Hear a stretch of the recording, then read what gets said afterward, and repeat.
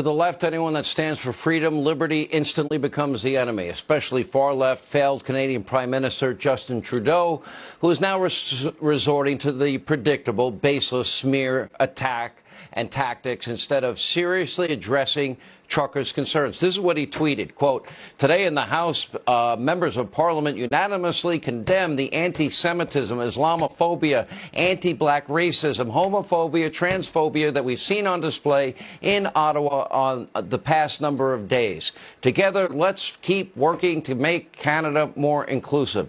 I haven't seen any of this. If anyone's doing that, they're not the majority. Most people are trying to send you a message. I have a message for you, Prime Minister.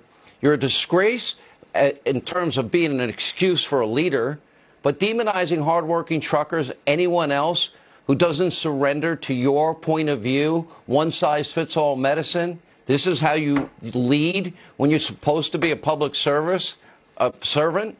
It's the complete embodiment of the failed far-left rule, never-ending pandemic power grabs.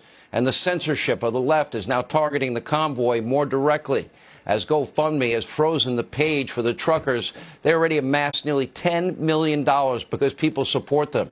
Instead of lecturing these guys that are pivotal to the supply chain and literally bring everything to every store that every consumer buys and wants and needs and desires, why don't you get your ass out of your office and why don't you go to Ottawa, why don't you sit down with the truckers and listen to them and start being a public servant instead of a public lecturer.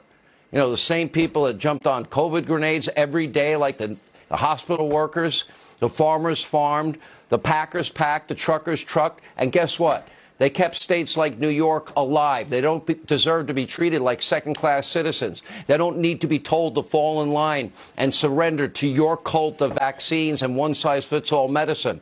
Most of them already got COVID because they were working, because they were essential workers. You know, nurses and hospital workers, they were diving on COVID grenades every day, and they worked in a petri dish of COVID every day. They were the heroes of the pandemic. Now you're going to destroy their livelihood?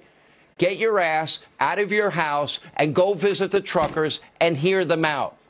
And then you should start listening to them because they make more sense than you do. All right, we got to take a break. We'll come back. More Hannity next.